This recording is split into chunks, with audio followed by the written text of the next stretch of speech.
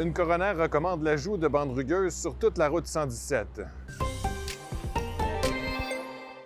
Bonjour tout le monde, c'est un rapport d'une coroner qui a été rendu public aujourd'hui à la suite du décès d'un homme. Ça s'est passé en mars 2024. Ce qu'elle recommande, c'est d'ajouter des bandes rugueuses partout sur la route 117 sur le territoire en Abitibi-Témiscamingue où la limite est de plus de 90 km/h.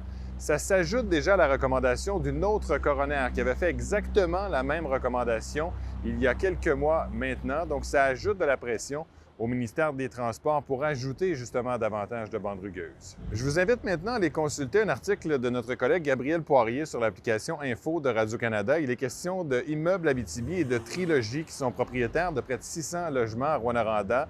Des locataires qui se disent insatisfaits du service. Dans certains cas, se sont retrouvés également devant les tribunaux, ont de la difficulté à rejoindre l'entreprise. Donc, c'est à consulter sur l'application.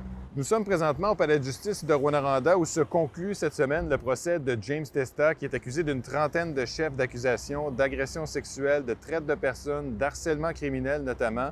C'est l'étape des plaidoiries. Donc, l'avocat de la défense qui a débuté aujourd'hui, qui assure que les présumées victimes, selon lui, ne sont pas crédibles, que M. Testa est une bonne personne et qu'il voulait tout simplement aider ces gens qui étaient plus démunis.